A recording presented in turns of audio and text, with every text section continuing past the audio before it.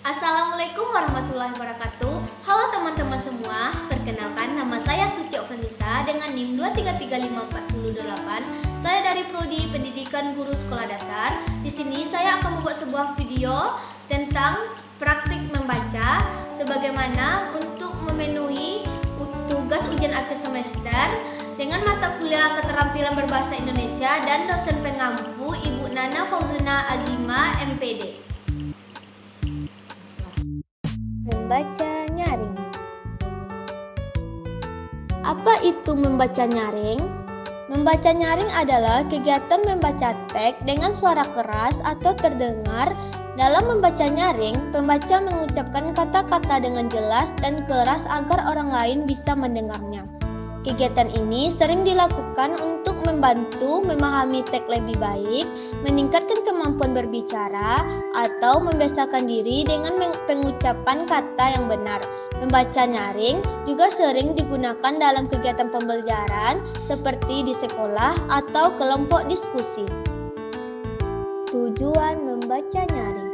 Tujuan membaca nyaring adalah untuk meningkatkan pemahaman terhadap teks karena melibatkan pengucapan dan pendengaran yang membantu memperkuat ingatan. Selain itu, membaca nyaring juga melatih pengucapan dan intonasi agar kata-kata diucapkan dengan benar. Adapun cara yang benar dalam membaca nyaring, yaitu yang pertama, membaca dengan lancar. Membaca dengan lancar akan membantu pendengar memahami apa yang disampaikan. Yang kedua, menggunakan intonasi yang tepat. Intonasi yang tepat akan membuat pendengar tertarik. Yang ketiga, membaca dengan jelas. Pelafalan setiap kata harus jelas agar pendengar tidak salah mengartikan. Yang keempat, memahami isi bacaan.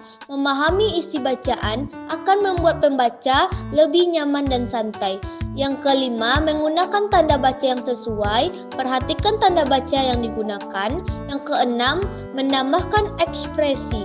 Perpaduan ekspresi dan intonasi akan membuat pendengar tertarik. Yang ketujuh, membaca dengan suara yang nyaring. Pastikan seluruh pendengar bisa mendengar suara Anda. Video praktik membaca nyaring. Baiklah, saya akan mempraktekkan membaca nyaring dengan teks Undang-Undang Dasar 1945. Undang-Undang Dasar Negara Republik Indonesia tahun 1945. Pembukaan bahwa sesungguhnya kemerdekaan itu ialah hak segala bangsa dan oleh sebab itu maka penjajahan di atas dunia harus dihapuskan karena tidak sesuai dengan pri kemanusiaan dan pri keadilan. Dan perjuangan pergerakan kemerdekaan Indonesia telah sampailah kepada saat yang berbahagia dengan selamat sentosa mengantarkan rakyat Indonesia ke depan pintu gerbang kemerdekaan negara Indonesia yang merdeka, bersatu, berdaulat, adil dan makmur. Atas berkat rahmat Allah yang Maha Kuasa dan dengan didorongkan oleh keinginan luhur supaya berkehidupan kebangsaan yang bebas, maka rakyat Indonesia menyatakan dengan ini kemerdekaannya. Kemudian daripada itu, untuk membentuk suatu pemerintah negara Indonesia yang melindungi segenap bangsa Indonesia dan seluruh tumpah darah Indonesia, dan untuk memajukan kesejahteraan umum, mencerdaskan kehidupan bangsa, dan ikut melaksanakan ketertiban dunia yang berdasarkan kemerdekaan, perdamaian abadi dan keadilan sosial.